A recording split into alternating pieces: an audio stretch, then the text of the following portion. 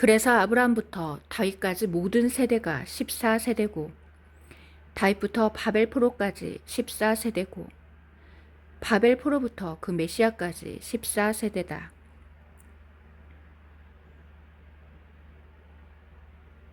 여러분 안녕하세요. 방금 전에 읽어드린 말씀은 예수와의 족보에 관한 내용입니다. 그런데 예수와께서 이렇게 아브라함과 다윗의 이 자손으로 오셨다고 이렇게 쓰여 있는데, 특별히 조금 전에 읽어드린 말씀을 보면 14라는 수가 반복해서 등장합니다. 그 이유는 14라는 숫자가 다윗을 가리키기 때문입니다. 지금 화면에 보이는 이 글자가 바로 다윗이라는 뜻인데, 다윗의 숫자 값이 14입니다. 그래서 조금 전에 읽어드린 말씀에서 14라는 수가 계속 등장하는 이유는 예수께서 다윗의 자손으로 오셨다는 것을 강조하기 위해서 14라는 수가 반복해서 등장하고 있다는 것입니다. 하나님께서 이 부분에 대해서 작년에 깨닫게 해주셨는데, 다윗의 이름에 너무나도 놀라운 뜻이 숨겨져 있었습니다. 그래서 이 다윗의 이름에 이 숨겨진 비밀에 대해서 작년에 거의 1년 넘게 계속 묵상을 했었고, 다윗의 이름에 휴가와 결혼식의 의미가 있다고 전해드렸습니다. 그런데 이 다윗의 이름을 묵상하면 묵상할수록 너무나도 놀라운 비밀들이 그 안에 들어 있었습니다. 그래서 이 부분에 대해서 언젠가는 전해드려야겠다 항상 생각은 했었는데, 전해드릴 내용들이 너무나도 많고 하나님께서 조명해 주시는 이렇게 비밀한 말씀들을 전하는 것이 너무나도 힘이 들기 때문에 계속 전하지 못했었는데, 오늘 아침에 일어나서 계속 기도를 한 후에 갑자기 하나님께서 이 다윗의 이름에 대해서 또다시 묵상하게 해주셨고, 그래서 이 부분에 대해서 전하라는 마음을 주셔서 오늘 이 다윗의 이름에 얼마나 놀라운 뜻이 숨겨져 있는지 그 부분에 대해서 함께 나누는 시간을 갖겠습니다. 지금 화면을 보시면 세 글자가 씌어 있는데, 이것이 바로 다윗을 뜻하는 단어입니다. 그런데 양쪽 옆 끝에 우리 글자로 마치 기억처럼 생긴 글자 두 개가 씌어 있는데, 이것은 문이라는 뜻이 있고, 이 단어에 바로 신랑과 신부의 뜻이 있다는 것입니다. 히브리어 단어 중에 문을 뜻하는 글자에 신랑 대신 예수아와 신부의 의미가 있다고 계속 전해드렸습니다.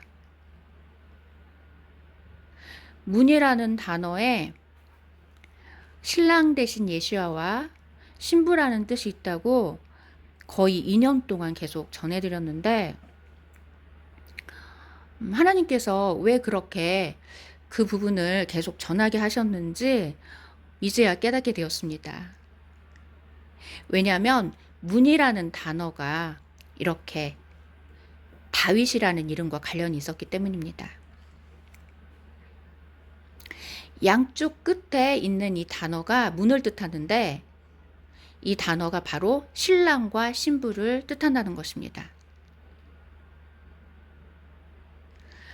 그래서 신랑과 신부를 뜻하는 단어 사이에 일처럼 생긴 글자가 있는데, 이것은 십자가의 못을 의미합니다. 그런데 이 단어에 연결하다는 뜻이 있다는 것입니다. 그래서 지금 화면에 보이는 이 다윗의 이름의 뜻은 신랑과 신부가 십자가의 못으로 연결되어 있다는 뜻이 있는 것입니다. 신랑과 신부가 십자가의 못으로 연결되어 있다. 이것은 바로 신랑과 신부가 십자가의 못에 함께 박혀 있다라는 의미가 있다는 것입니다.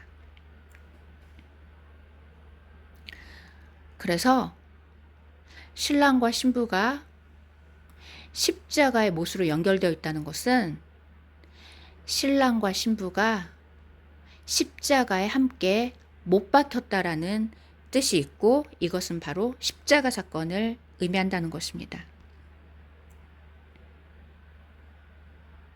그래서 십자가 사건이라는 것은 신랑과 신부가 십자가의 못을 통해서 하나로 연결된 사건을 의미한다는 것입니다.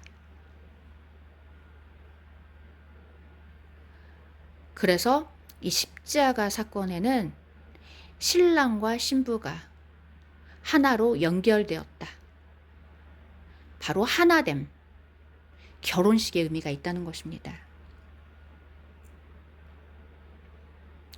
이 십자가 사건에 결혼식의 의미가 있는 이유는 신랑과 신부가 십자가에 못 박혀서 하나가 되었기 때문에 하나됨, 바로 결혼식의 의미가 있는 것입니다. 그리고 이것은 마지막 때에 신랑과 신부가 하나 되는 휴거 사건, 바로 결혼식을 의미한다는 것입니다. 이렇게 너무나도 놀랍게도 다윗이라는 이름 속에 십자가와 결혼식의 의미가 있었습니다. 다윗이라는 이름에 십자가 사건과 결혼식의 의미가 있습니다. 그래서 예수님께서 다윗의 자손으로 오신 이유는 예수님께서 십자가에 못 박히신 후에 이 십자가 사건을 통해서 예수와의 결혼식이 있다라는 것입니다.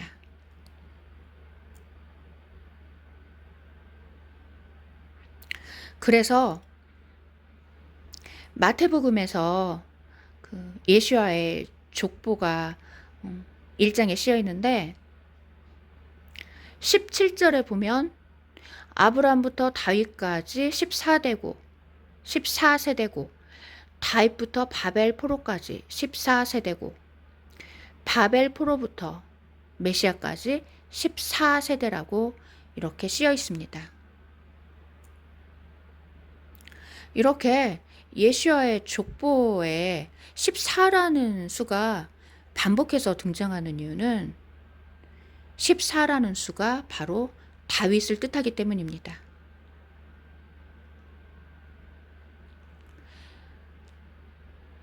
히브리어는 모든 숫자 값이 있기 때문에 이 말씀을 읽을 때 유대인들은 다윗을 떠올린다는 것입니다.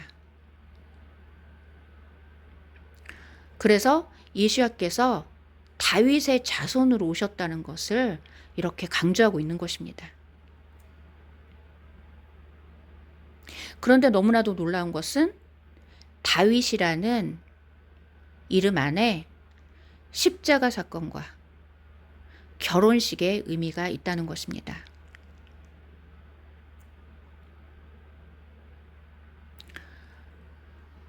그러면 다시 한번 화면을 보시면 양쪽 끝에 있는 두 단어는 바로 신랑과 신부를 의미하는 것입니다. 그리고 가운데에 있는 단어는 못이라는 뜻인데 이것은 바로 십자가의 못을 의미합니다. 그런데 이 못을 뜻하는 단어에 연결하다는 뜻이 있다는 것입니다. 그래서 지금 화면에 보이는 이 단어는 신랑과 신부가 하나로 연결되어 있다라는 뜻을 가지고 있는 것입니다. 신랑과 신부가 하나로 연결됨. 바로 십자가의 못을 통해서 신랑과 신부가 하나로 연결된 사건. 바로 십자가 사건을 뜻한다는 것입니다.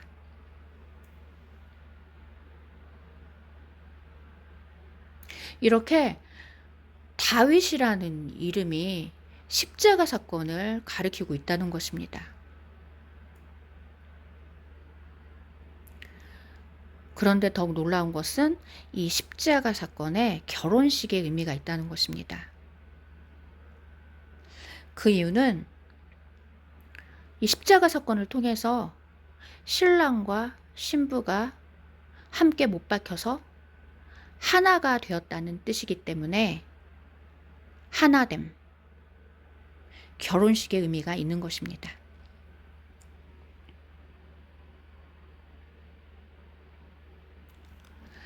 그런데 마지막 때에 예수님께서 오실 때 이 땅에 있는 신부들을 들어 올려서 예수와 신부가 공중에서 하나 되는, 그 공중에서 하나 되는 사건, 휴거의 의미도 있다는 것입니다.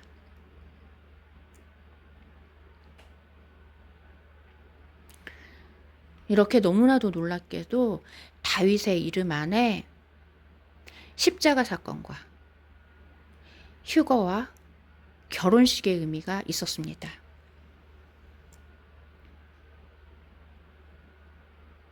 그래서 예수님께서 다윗의 자손으로 오셨다는 것은 십자가 사건과 휴거와 결혼식의 의미가 모두 그 안에 포함되어 있는 것입니다.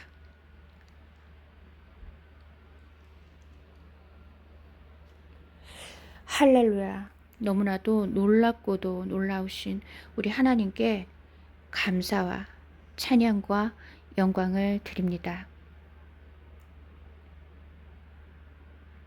그래서 14라는 숫자가 다윗을 뜻하기 때문에 마태복음에서 아브라함부터 다윗까지 모든 세대가 14세대고 다윗부터 바벨포로까지 14세대고 바벨포로부터 메시아까지 14세대라고 계속해서 14라는 수를 이렇게 반복해서 말씀하신 이유는 다윗에 대해서 말씀하고 계신다는 것입니다. 다윗의 자손으로 오신 예수와. 그래서 히브리어 숫자 값을 잘 알고 있는 유대인들은 이 말씀을 보면 바로 다윗을 떠올리게 된다는 것입니다. 그런데 대부분의 유대인들은 예수와를 메시아로 받아들이고 있지 않기 때문에 그들은 이러한 신약의 말씀을 전혀 모르고 있는 것입니다. 그래서 그들의 눈과 귀가 가려져서 구약에 그 언급되어 있는 그 모든 그 속죄 제물들, 이스라엘 백성의 죄를 씻기 위해서 속죄 제물로 드려진 소라든지 그 어린 양이라든지. 그런데 놀라운 것은 출애굽기에 보면 이 어린 양에 염소도 포함이 된다는 것입니다. 우리가 보통 염소라고 하면 부정적인 의미로 생각하는데 염소는 대부분 부정적인 의미로 사용이 됩니다. 그런데 딱 한 가지 예외가 있는데 구약에서 속죄제물로 드려지는 흠없는 염소가 이스라엘 백성의 죄를 씻기 위해서 속죄제물로 드려지는데 이때 자기 백성의 죄를 씻기 위해서 속죄제물로 드려지는 이 염소에는 염소 같은 이스라엘 자손으로 오셔서 염소 같은 자기 백성의 죄를 씻기 위해서 속죄제물로 드려지신 흠없는 예시와라는 의미가 있다는 것입니다. 그래서 히브리서에 보면은 영원한 속죄에 대해서 말씀하시는데 그 송아지 피와 염소 피를 언급을 하십니다. 그래서 구약에서는 이 송아지 피라든지 이 염소 피로 이스라엘 백성의 죄를 씻기 위해서 이 송아지라든지 그 염소가 속죄 제물로 드려졌기 때문에 구약에 쓰여 있는 속죄 제물로 드려지는 흠없는 염소는 염소 같은 자기 백성들의 죄를 씻기 위해서 속죄 제물로 드려지신 흠없는 예수와의 의미가 있다는 것입니다. 그래서 제가 예전에는 그 히브리서를 읽을 때 참 이해가 되지 않았습니다. 왜 그 속죄의 피로서 어린 양의 피라고 하지 않고 왜 염소 피가 그 백성들의 죄를 씻는 그 속죄의 피로 들어졌을까? 이 부분이 참 이해가 되지 않았는데 이 부분에 대해서 하나님께서 2년 전쯤에 구약에 쓰여 있는 그 창세기라든지 출애굽기, 레위기에 쓰여 있는 그 속죄 제물로 드려지는 그 흠없는 염소가 바로 염소 같은 자기 백성들의 죄를 씻기 위해서 드려지는 속죄 제물로 드려지신 흠이 없으신 예시와를 상징한다고 조명해 주셨습니다.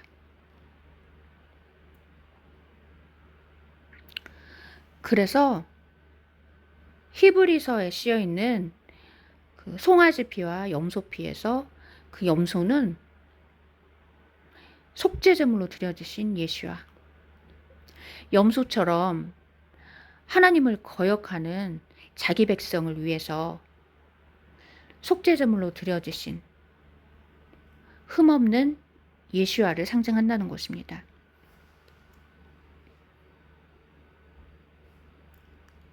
그래서 그 염소라는 의미가 대부분 부정적인 의미로 사용이 되는데 딱 한 가지 예외가 있다는 사실을 꼭 기억하시기 바랍니다. 그리고 마태복음에서 그 예수와의 그 족보가 쓰여 있는데 그 족보 내용에 갑자기 이 14라는 수가 계속해서 등장하는 이유는 이 14라는 수가 바로 다윗을 뜻한다는 것입니다. 그래서 다윗의 자손으로 오신 예수와를 의미하고 있다는 것입니다. 그래서 이 14라는 수는 다윗을 뜻하고 그리고 이 다윗의 이름에 십자가 사건과 휴거와 결혼식의 의미가 있다는 것입니다. 그래서 14라는 수에도 결혼식과 휴거와 십자가 사건의 의미가 있는 것입니다.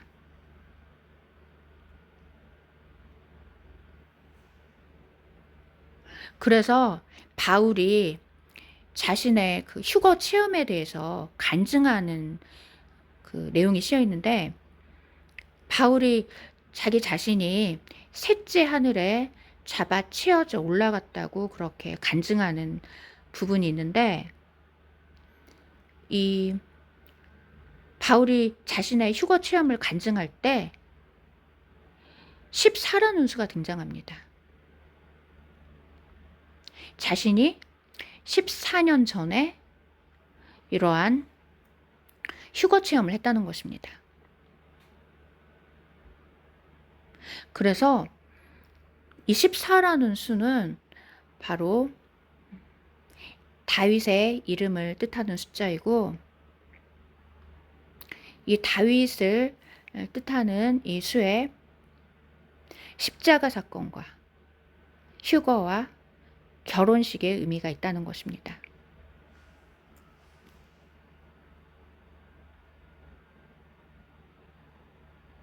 그래서 바울이 자신의 휴거 체험에 대해서 간증을 할 때 14라는 수가 등장한다는 것입니다.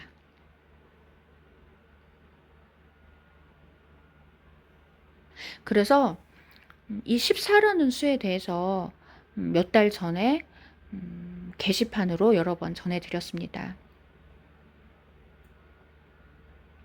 그래서 혹시 숫자에 대해서 거부감을 가지고 계신 분들은 하나님께서 회개해야 된다는 마음을 주셨습니다. 왜냐하면 모든 히브리어 단어에는 숫자 값이 있기 때문에 이 숫자에는 그 하나님의 말씀의 그 뜻이 들어있는 것입니다. 하나님께서 히브리어로 말씀하실 때 그것이 숫자로 나타난다는 것입니다. 그래서 성경에 보면은 특정한 숫자들이 반복해서 등장하는 것을 우리가 알 수 있습니다. 성경에서 하나님께서 7일 동안 이 땅을 창조하시고 그리고 이 7일을 안식으로 정하셨고 안식일로 정하셨고 그리고 과거 그 이스라엘 백성의 어떤 그 축제 어떤 명절을 보면 뭐 7일 동안 보낸다든지 뭐 8일 동안 보낸다든지 이렇게 7이라든지 8이라든지 오늘 전해드린 14라든지 그리고 뭐 40일 금식해서 40이라는 숫자 그리고 계시록에 보면 뭐 12,000, 뭐 14만 4천 이렇게 특별한 수들이 반복해서 등장하는 이유는 하나님께서 그 숫자들의 놀라운 의미를 숨겨두셨기 때문입니다. 출애굽기에서 그 모세가 성막을 지을 때 보면 그 성막의 그 사이즈라든지 그 성막 그 기구의 사이즈들이 모두 그 숫자로 자세히 씌어 있습니다. 그래서 예전에 저는 그 부분을 읽을 때마다 왜 하나님께서 이렇게 숫자들을 일일이 다 나열해 두셨을까? 어차피 이 수를 봐도 우리는 이게 무슨 뜻인지 모르는데 왜 이렇게 지루하게 숫자들을 이렇게 일일이 다 기록해 두셨나? 이 부분이 참 이해가 되지 않았고 예전에 저는 그 숫자들이 씌어 있는 부분을 읽을 때마다 너무나도 잠이 쏟아져서 읽지를 못하고 건너뛰곤 했던 기억이 있습니다.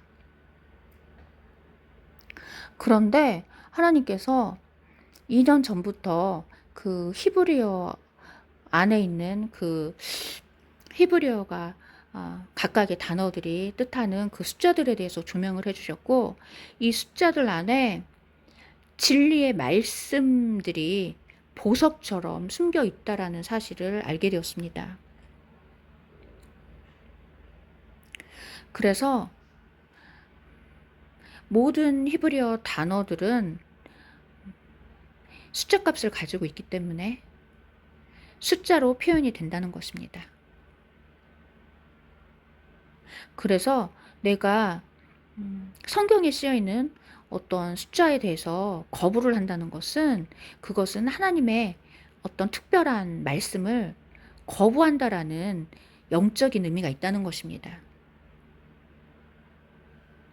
하나님의 말씀을 거부한다는 것은 말씀이신 예수야를 거부한다는 뜻이 있기 때문에 이것은 너무나도 무서운 일이라는 것입니다. 왜냐하면 예수야의 말씀을 멸시한다는 것은 말씀이신 예수야를 멸시한다는 의미가 되기 때문에 형벌이 있다는 것입니다. 그래서 성경 안에 하나님께서 어떠한 특별한 수들 7이라든지 8일째 할례를 받으라고 그렇게 명령하셨고, 또 노아의 가족들이 그 8명이 구출이 된 사건을 통해서 또 우리 8이라는 수를 또 자주 접하게 되고, 또 12명의 제자들 해서 10이라는 수도 아주 구약과 신약에 자주 등장한다는 것을 알 수 있습니다. 그리고 오늘 전해드린 이 마태복음 첫 장에서는 14라는 수가 이렇게 반복해서 등장하는 것입니다. 그리고 40일 금식에서 40일, 그리고 희년을 뜻하는 50, 그리고 요한계시록에 쓰여 있는 14만 4천이라든지, 이 모든 숫자 안에는 너무나도 놀라운 보석과 같은 메시지가 들어있다는 것입니다. 그래서 이렇게 성경에 쓰여 있는 이 숫자들에 대해서 거부하고 멸시하는 것은 하나님의 보석과 같은 말씀을 거부하고 멸시한다는 뜻이 있기 때문에 이 부분에 대해서 회개를 해야 한다는 것입니다.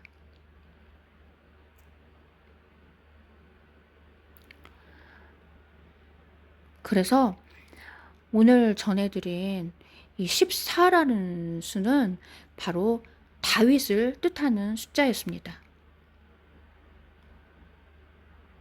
그래서 하나님께서 이렇게 성경에 기록해 두신 숫자를 멸시하게 되면 이 다윗을 뜻하는 이 14라는 수에 얼마나 보석 같은 메시지가 들어있는지 그 부분에 대해서 전혀 깨닫지도 못하게 되고, 이 14라는 수에 십자가 사건의 의미가 있는데, 만약에 이 14라는 수가 전해주는 메시지를 받아들이지 않는다는 것은 이 십자가 사건을 거부한다라는 그러한 영적인 의미가 있다는 것입니다. 그래서 하나님 말씀에 기록되어 있는 이 모든 것들에 대해서는 우리가 두렵고 떨리는 마음으로 그 말씀들을 경청하고 잘 듣고 그 말씀대로 순종하여 사는 것이 바로 신부된 삶이라는 것입니다.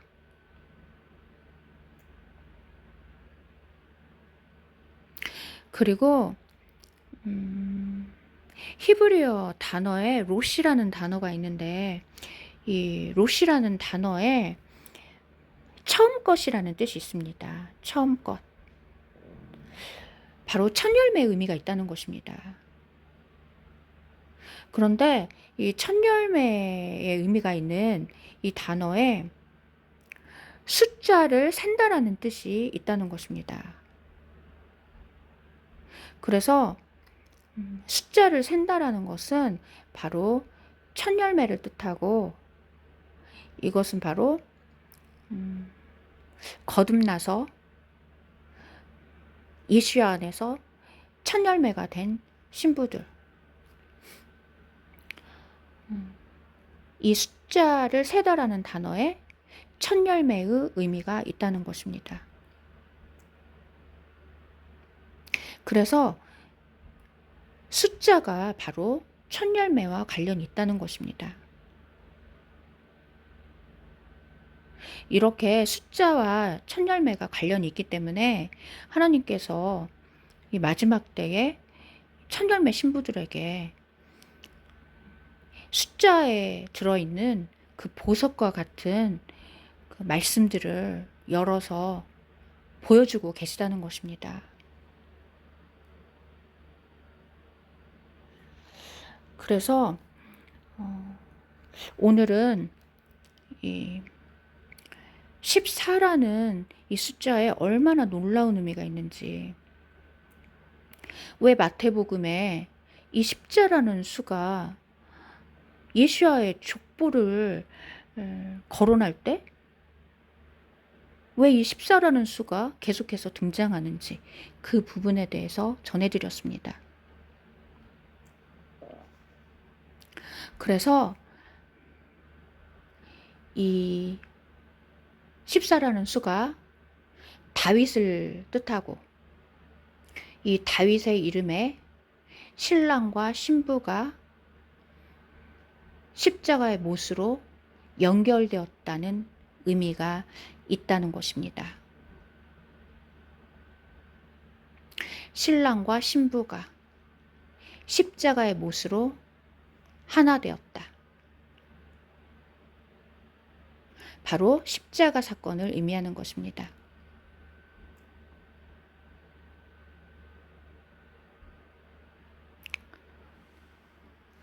그래서 이 다윗의 이름에 하나 되는 사건, 바로 휴거와 결혼식의 의미도 있다는 것입니다.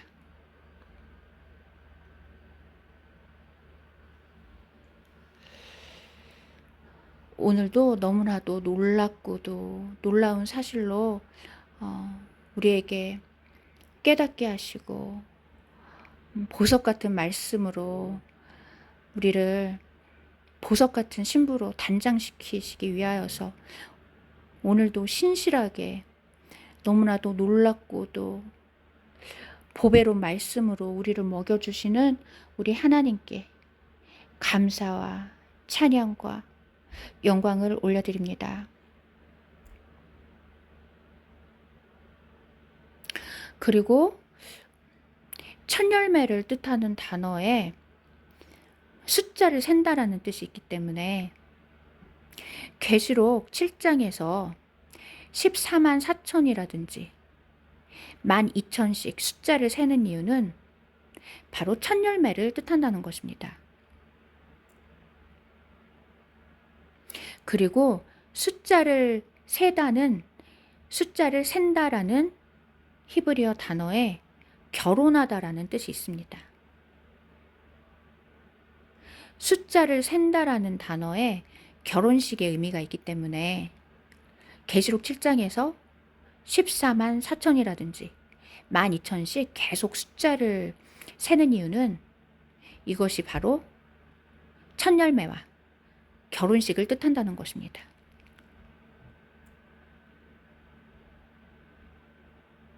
그래서 계시록 7장과 14장은 첫 열매의 결혼식을 의미한다는 것입니다.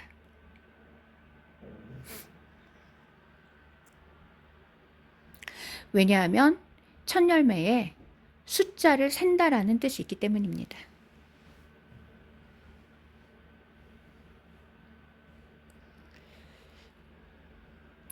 그리고 야고보서 1장 18절에 보면 하나님께서 뜻을 정하시고 진리의 말씀으로 우리를 낳기 원하신 것은 우리가 그의 피조물 중에서 첫 열매가 되게 하시기 위함이었습니다. 이렇게 쓰여 있습니다. 그래서 진리의 말씀으로 낳은 교회들, 진리의 말씀으로 거듭난 교회들이 바로 첫 열매라는 것입니다.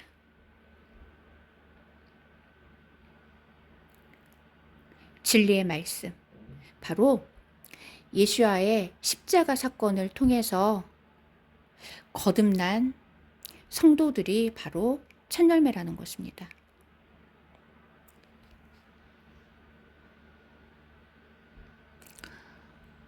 이렇게 십자가 사건을 통해서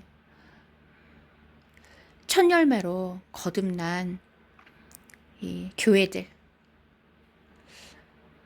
십자가 사건을 통해서 첫 열매로 거듭난 성도들이 예수와께서 오실 때까지 예수와 안에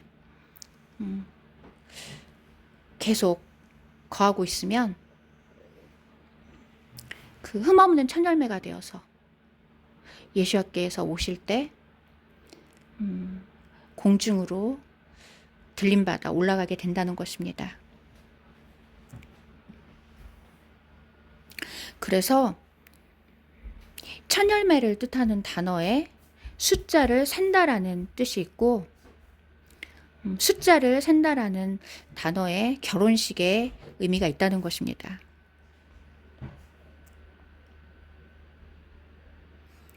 그래서 이렇게 숫자를 센다는 것은 바로 첫 열매와 결혼식을 뜻한다는 것입니다. 그래서 계시록 7장과 14장에서 14만 4천이라든지 12,000씩 숫자를 세는 이유는 첫 열매와 결혼식을 의미한다는 것입니다.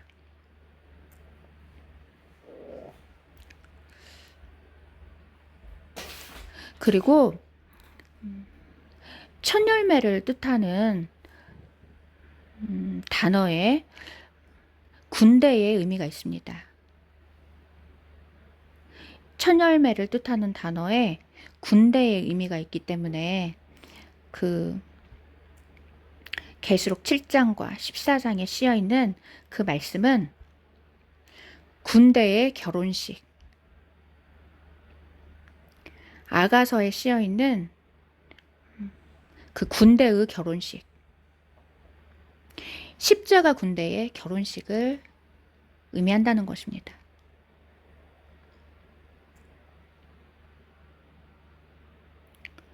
그래서 그 첫 열매를 뜻하는 단어에 군대라는 뜻이 있다는 사실을 꼭 기억하시기 바랍니다. 그래서 이 첫 열매는 십자가 군대, 십자가 군대로 거듭난 교회를 뜻한다는 것입니다. 그래서 예수님께서 이 첫 열매를 얻기 위해서 십자가에 달리신 이유는 이 십자가 사건을 통해서 이 십자가 군대를 얻기 위해서 예수님께서 십자가에 달리셨다는 것입니다.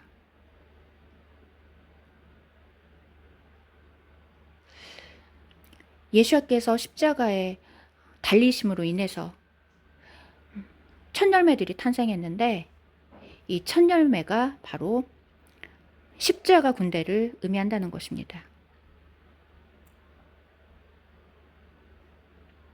이 십자가 군대를 탄생시키시기 위해서 예수님께서 십자가에 달리신 것입니다.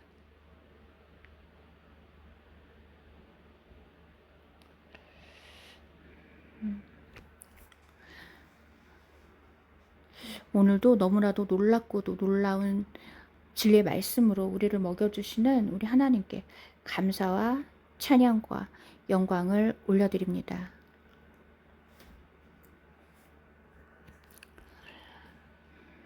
그래서 예수님께서 이 값을 치르고 탄생시킨 이 첫 열매들은 값주고 산 교회를 의미한다는 것입니다. 예수님께서 피값을 치르고 탄생시킨 이 첫 열매들은 바로 어린 양의 피값을 주고 산 교회들을 뜻하는 것입니다. 그래서 이 첫 열매들은 바로 값주고 산 교회들을 의미하고, 이 값주고 산 교회들이 바로 십자가 군대라는 것입니다. 그래서 첫 열매가 부르는 이 새 노래에 값주고 산 교회들을 뜻하는 내용이 쓰여 있는 것입니다. 첫 열매들은 바로 예수님께서 값주고 산 교회들, 바로 십자가 군대라는 것입니다.